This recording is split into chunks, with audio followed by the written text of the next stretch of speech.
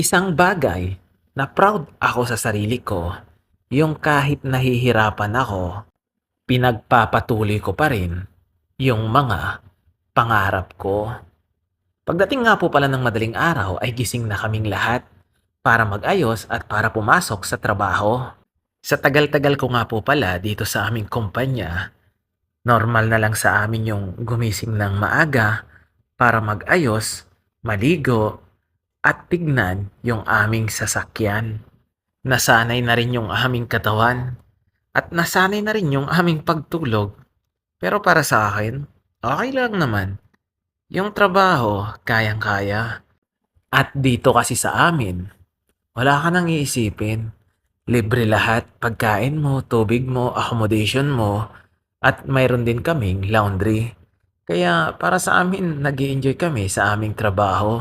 Pero hindi ko alam sa iba kung nag enjoy sila. Pero para sa akin, enjoy na enjoy ko yung trabaho ko. Hindi naman ako siguro tatagal dito ng 13 taon kung hindi ako masaya sa trabaho ko. Kasi kung tutuusin, kung ikukumpara to sa trabaho ko dati, para sa akin, mas madali yung trabaho ko dito sa ibang bansa.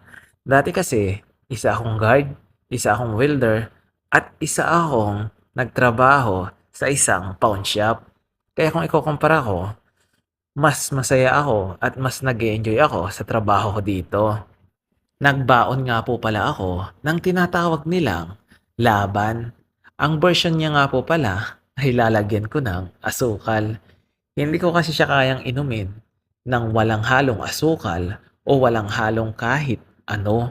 Mas maganda kasi diyan kung may mixed juice ka at ihahalo mo diyan.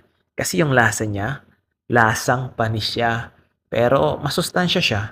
Pero dati, hindi ko talaga kayang inumin yan. Pero nung tinitikman-tikman ko na rin siya, nagugustuhan ko na rin yung lasa niya. Kasi yung lasa niya talaga, kung baguhan ka pa lang dito, hindi mo kakayaning inumin 'to. Ako kasi ang ginagawa ko, hinahaluan ko ng asukal para magkatamis siya kasi nga maasim-asim siya na parang lasang panis siya talaga. Yan na nga muna ang aking almusal kasi nga hindi ko nagustuhan yung almusal doon sa aming cafeteria. Kaya yan muna yung kinuha ko doon sa aming cafeteria. Libre nga rin po pala kami niyan hangga't binibigay nila. Kaya dito sa aming kumpanya, wala kang iisipin. Kasi pagkain, one to sawa kumain ka hanggang gusto mo. Basta lang, huwag kang mag-uuwi. Kasi pinagbabawal na tiknik yan.